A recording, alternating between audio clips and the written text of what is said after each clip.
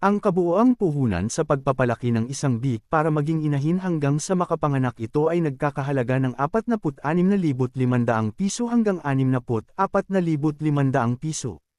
Ang halagang ito ay tinatayang sesaklo sa buong proseso na tumatagal ng humigit kumulang 10 hanggang 11 buwan, mula sa pagpili ng 45 deo na bik hanggang sa unang buwan ng pagpapasuso sa mga anak. Narito ang simpleng breakdown at paliwanag ng mga pangunahing gastos base sa mga pinakahuling presyo sa industriya ng pagbababuyan sa Pilipinas. Breakdown ng puhunan, mula bik hanggang manganak.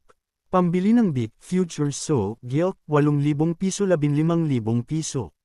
Paliwanag, mas mahal ang bik na gagawing inahin kumpara sa pangkatay, fattener, dahil kailangang pili at maganda ang lahi, gaya ng F1 Landrace X Large White Crossbreed, para marami at matitibay ang magiging anak nito. Pagkain o feeds, pinakamalaking gastos, 34,500 piso 44,000 piso.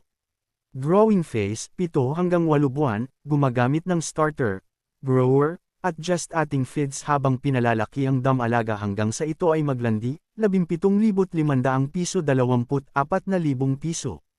Gestation phase, buntis 4 na buwan, binibigyan ng sapat na gestating feeds para sa kalusugan ng mga nasa sinapupunan, 12,000 piso 14,000 piso.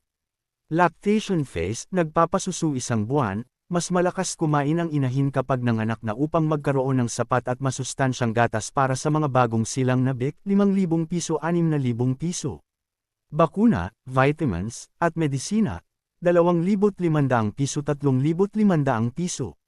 Paliwanag, napakahalaga ng deworming, pampakapit, iron para sa mga bik, at mga bakuna upang maiwasan ang sakit at pagkalugi lalo na sa banta ng ASF. Kabayaran sa semilya, pagpapalahi, AI, 1,500 piso.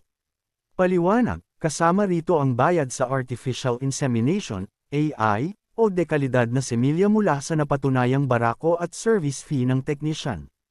Mahalagang paalala para sa mga magsisimula. Hindi pa kasama ang kulungan, ang kalkulasyon sa itaas ay para lamang sa mismong baboy at mga direktang gastusin.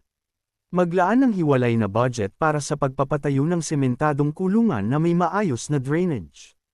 Huwag sagaran ang puhunan, magtabi ng 10% hanggang 20% na emergency fund para sa biglaang pagtaas ng presyo ng feeds o hindi inaasahang pagkakasakit ng baboy.